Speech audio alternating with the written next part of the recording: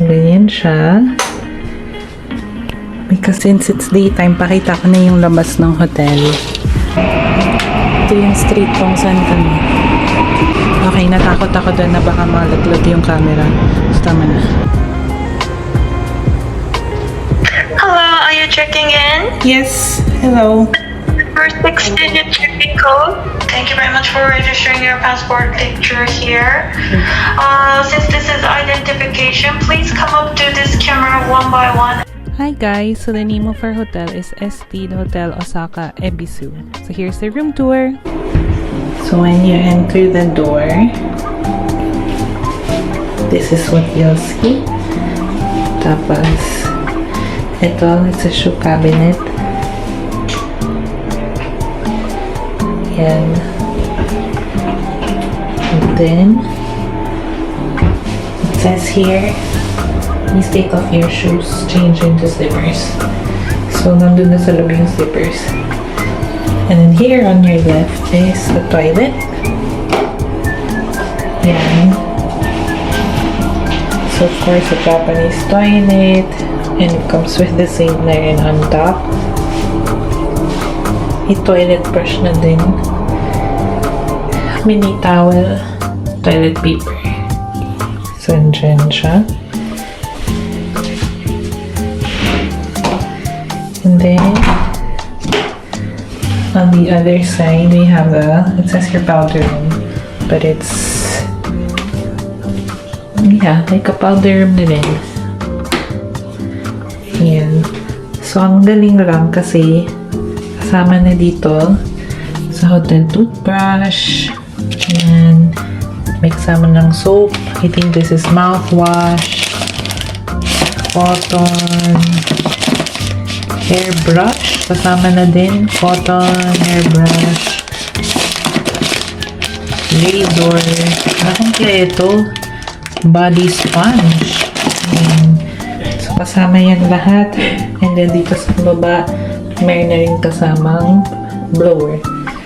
Dito sa CR, yung shower, meron na rin kasamang bathtub or soaking tub.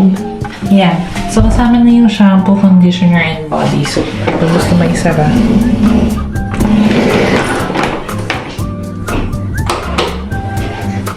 Yan.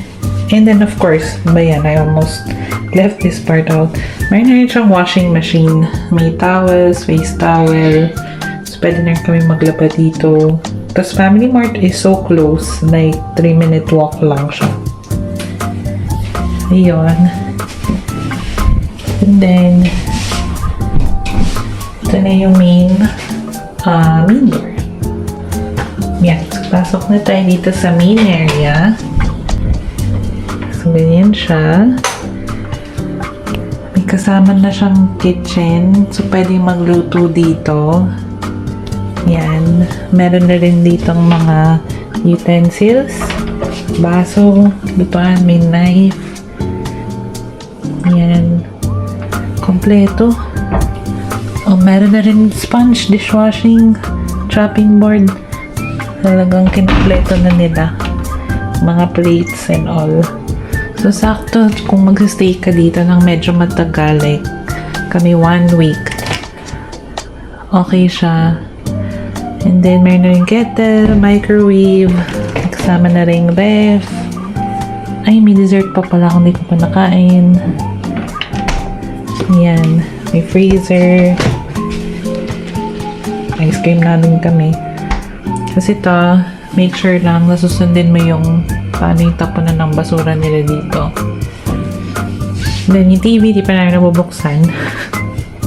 Pero dito on the right side, dyan yung dining area. So, sakto sa aming tatlo. And then, tatlo yung kama. Single bed siya. Tapos, ang galing kasi, yung saksakan, andito na sa may ulunan. So, very convenient. So, ayan. Kasama na rin humidifier. Meron na rin kaming free wifi. And yung cabinet. May kasama siya actually freshener ng room. Tapos may vacuum, May mga facial tissue, may bath robe. Yan. So, pwede mo nang itago yung mga damit. Hindi lang ako tapos pa mag-empake, kaya mag-unpack. Pero yan. Ito ang aming room. Ang laki niya, ang luwag. Parang siyang apartment. Pero hotel siya. So, yung aircon.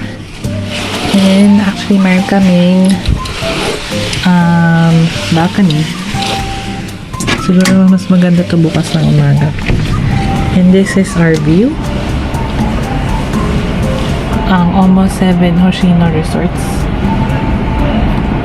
Masyadong madilim. So, bukas ko na ito ipapakita ulit. So, yun lang for our Japan hotel room tour. Ayun. Since it's daytime, pakita ko na yung labas ng hotel. I mean, not labas ng hotel. Yung balcony. So, ito yung balcony namin.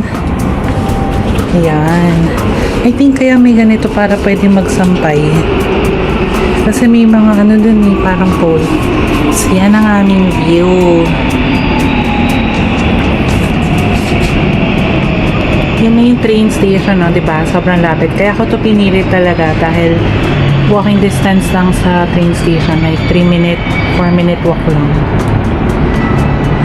I think isa sa mga ano to, pinakamaluwag na apartment slash hotel. Ano na, pagod na ang aga pa, 4:05 pa lang guys, pero parang nababali na yung likod namin sa paglakad. Pero happy naman, masaya, and it's only day 2. Ang ganda, may ganito pala kita sa labas. Silip ko lang sa inyo. Ito yung street kung saan kami. Okay, natakot ako doon na baka malaglag yung camera. So, tama na. Okay.